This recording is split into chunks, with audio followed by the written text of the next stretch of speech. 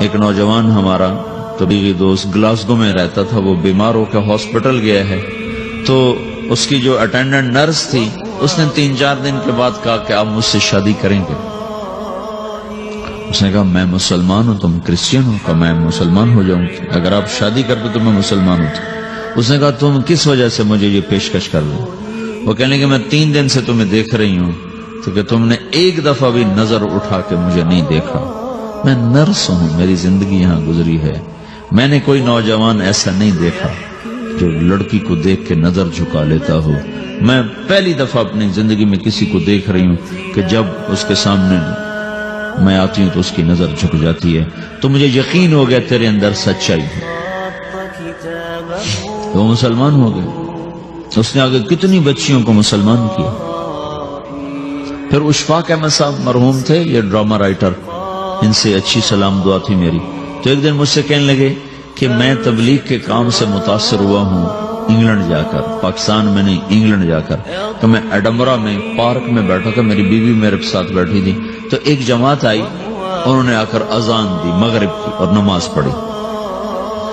نماز کے بعد 13-14 لڑکیاں بھاگ کے آگے آئیں ان سے بات کرنے کے لیے، تو میں نے بیوی سے کہا آؤ سنو یہ کیا کہنے کہتے ہیں، تو کہا ہم دونوں بھی پہنچے، تو جس نے جماعت کرائی تھی اس کو ایک لڑکی آگے بڑھ کے کہتی آپ کو انگلش آتی ہے؟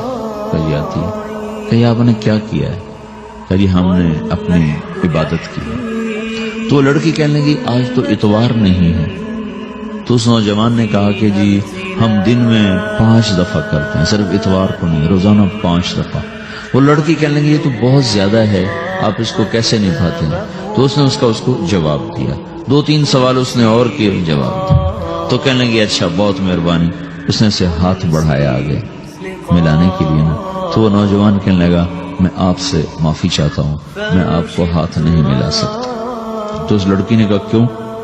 کہ یہ ہاتھ میری بیوی کی امانت ہے اور کسی کو نہیں لگ سکتا۔ تو لڑکی کھڑی تھی، وہ زمین پہ گر گئی، صرف اس بہت وہ زمین پہ گر گئی، کھڑے کھڑے وہ زمین پہ گر گئی، اور وہ بچوں کی طرح رونے لگی پھوٹ پھوٹ کے، اور کہنے لگی وہ لڑکی کتنی خوش قسمت ہے جس کے تم خامد، کاش یورپ کے مرد بھی ایسے ہی ہوتے۔ جس رب نے نفسیات بنائی ہے، وہ اگر کوئی عورت کپڑے اتار دے تو اس کی نفسیات بدل جائے گی، چاہے وہ مغرب میں پیدا ہو چاہے وہ مشرق میں پیدا ہو۔ عورت کی نفسیاتی حیا ہے اور وفا ہے، کسی وفادار کی تلاش ہے، تو وہ اس کو پتہ بھی نہیں ہے کہ مشرق کا حیا کیا ہے، لیکن وہ اس کو اللہ نے عورت بنایا ہے، اس کے اندر کی وہ نہیں مر سکتی چیز۔ کاش یورپ کے مرد بھی ایسے ہوتے۔ اور آنسو پوچھتی ہوئی وہاں سے اٹھ کے چل دی۔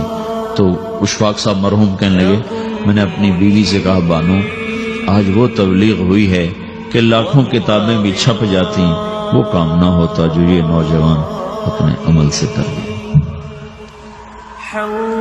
تو میرے عزیزو کٹی پتنگ نہ بنو، اپنی کٹی پتنگ کی منزل کوئی نہیں رہتی۔ اللہ اس کے رسول کے ہاتھ میں اپنے ڈور دے کے چلو، اللہ اس کے رسول کی غلامی میں اپنے آپ کو چلاؤ تو اللہ تمہیں بھاگ لگائے، عزت بھی دے گا۔ اپنی منمانی میں کوئی راحت نہیں، اللہ کی قسم کوئی راحت نہیں۔ 6 بر اعظم پھر کے تمہیں بتا رہا ہوں کہ جو اپنی ترتیبوں پر چلنے والوں کے دکھ آپ لوگ اندازہ نہیں لگا سکتے۔ چلنا ہے تو اللہ اس کے رسول کی زندگی کو اپنا کے چلو، اللہ تمہاری دنیا بھی سکھ بری بنائے گا، آخرت بھی سکھ چین والی بنائے گا۔ لیکن یہ سیکھنا پڑے گا، سیکھنا پڑے گا۔ تبلیغ اس کو سیکھنے کی محنت ہے اور اس کو آگے پہنچانے کی محنت ہے۔ تو یہ عمر ہے، اس وقت ساری دنیا اسلام کے لیے تیار ہے، چونکہ نظریاتی طور پر دنیا شکست کھا چکی، کسی کے پاس کچھ نہیں۔ تو ہمارے پاس ایک ایسا خوبصورت نظریہ ہے کہ جو ان کو بڑی تیزی سے اپنی طرف کھینچ سکتا ہے، اور اللہ کا احسان ہے کہ تیزی کے ساتھ نسلوں کا رخ اللہ کی طرف ہو رہا ہے۔ تھوڑی ہمت کرو، چھٹیوں کا وقت تبلیغ میں دو، باقی وقت اپنی تعلیم کو دو، گھر جاؤ تو ماں باپ کے خادم بن کے رہو، نوکر بن کے رہو۔